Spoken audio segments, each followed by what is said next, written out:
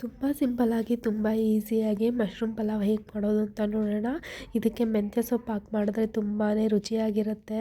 ತುಂಬ ಈಸಿ ಕೂಡ. ಬನ್ನಿ ಈಗ ಹೇಗೆ ಮಾಡೋದು ಅಂತ ನೋಡೋಣ. ಇವಾಗ ಒಂದು ಮಿಕ್ಸಿ ಜಾರ್ಗೆ 2 ಟೇಬಲ್ ಸ್ಪೂನ್ ಆಗುವಷ್ಟು ಕಾಯಿ ತುರಿ, 4ರಿಂದ 5 ಬೆಳ್ಳುಳ್ಳಿ ಹೆಸಳು ಹಾಕೋತಾ ಇದ್ದೀನಿ. ಹಾಗೆ 4ರಿಂದ 5 ಖಾರಕ್ಕೆ ತಕ್ಕಂತೆ ಹಸಿಮೆಣ್ಸಿನ್ಕಾಯಿ ಹಾಕ್ಕೊಳ್ಳಿ. ಹಾಗೆ ಸ್ವಲ್ಪ ಕೊತ್ತಂಬರಿ ಸೊಪ್ಪು ಹಾಕೋತಾ ಇದ್ದೀನಿ. ನೋಡಿ, ಈ ರೀತಿ ಪೇಸ್ಟ್ ಆಗಬೇಕು. ಅಲ್ಲಿ ತುಂಬ ನೈಸಾಗೂ ಪೇಸ್ಟ್ ಮಾಡಿಲ್ಲ, ತುಂಬ ತರಿತರಿಯಾಗೂ ಪೇಸ್ಟ್ ಮಾಡಿಲ್ಲ.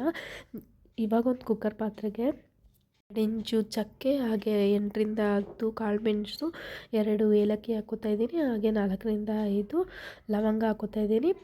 ಹಾಗೆ ಸಣ್ಣ ಸಣ್ಣದಾಗಿ ಹಚ್ಕೊಂಡಿರೋವಂಥ ಈರುಳ್ಳಿ, ಟೊಮೆಟೊ, ಕಸ್ತೂರಿ ಮೆಥಿನ ಹಾಕ್ಕೊಂಡು ಚೆನ್ನಾಗಿ ಹುರ್ಕೋಬೇಕು. ಅದಾದ ನಂತರ ಸಣ್ಣ ಸಣ್ಣದಾಗಿ ಹಚ್ಕೊಂಡಿರೋವಂಥ ಮೆಂತ್ಯ ಸೊಪ್ಪು, 1 ಕಪ್ ಆಗುವಷ್ಟು ಮಶ್ರೂಮ್ನ ಹಾಕೋತಾ ಇದ್ದೀನಿ. ಅದನ್ನು ತುಂಬ ಚೆನ್ನಾಗಿ ಫ್ರೈ ಮಾಡಿದ್ಮೇಲೆ ನಾವೇನು ಪೇಸ್ಟ್ ಮಾಡ್ಕೊಂಡಿದ್ವಿ ಅದನ್ನು ಕೂಡ ಹಾಕಿ ಚೆನ್ನಾಗಿ ಫ್ರೈ ಮಾಡ್ಕೊಳ್ಳಿ. ಇಲ್ಲಿ 1 ಟೇಬಲ್ ಸ್ಪೂನ್ ಆಗುವಷ್ಟು ಗರಂ ಮಸಾಲ ಹಾಕೋತಾ ಇದ್ದೀನಿ. ಅದನ್ನು ಕೂಡ ಹಾಕಿ ಚೆನ್ನಾಗಿ ಫ್ರೈ ಮಾಡ್ಕೋಬೇಕು. ಈಗಾಗಲೇ ನಾನು ಅಕ್ಕಿನ 10 ನಿಮಿಷ ನೆನೆಸಿಟ್ಕೊಂಡಿದ್ದೆ. ಅದನ್ನು ಕೂಡ ಹಾಕಿ ಅಳತೆ ತಕ್ಕಂತೆ ನೀರನ್ನ ಹಾಕಿ ರುಚಿಗೆ ತಕ್ಕಷ್ಟು ಉಪ್ಪನ್ನ ಹಾಕಿ 2 ವಿಷಿಲ್ ಕೂಗಿಸ್ಕೋಬೇಕು. ನಿಜವಾಗ್ಲೂ ತುಂಬಾ ರುಚಿಯಾಗಿರುತ್ತೆ. ಹಾಗೆ ಬ್ರೇಕ್ಫಾಸ್ಟ್ಗೆ, ಲಂಚ್ ಬಾಕ್ಸ್ಗೆ ಈಸಿಯಾಗಿ ಮಾಡುವಂಥ ಮಶ್ರೂಮ್ ಪಲಾವ್ ಇದು. ಯಾವಾಗಲೂ ಒಂದೇ ಥರ ಪಲಾವ್ ಮಾಡ್ಕೊಳ್ಳೋ ಬದಲು ಈ ರೀತಿ ಒಂದ್ಸಲ ಟ್ರೈ ಮಾಡಿ ನೋಡಿ, ತುಂಬಾ ರುಚಿಯಾಗಿರುತ್ತೆ. ಇದಕ್ಕೆ ಬೆಸ್ಟ್ ಕಾಂಬಿನೇಷನ್ ಅಂದರೆ ಈರುಳ್ಳಿ ರೈತ ತುಂಬಾ ರುಚಿಯಾಗಿರುತ್ತೆ. ಅದ್ರ ಜೊತೆ ನಿಮಗೂ ಈ ರೆಸಿಪಿ ಏನಾದರೂ ಇಷ್ಟ ಆಗಿದ್ದರೆ ಟ್ರೈ ಮಾಡಿ, ಕಮೆಂಟ್ ಮಾಡಿ. ಹಾಗೆ ನನ್ನ ಪೇಜ್ನ ಫಾಲೋ ಮಾಡ್ಕೊಳ್ಳಿ. Thank you for watching.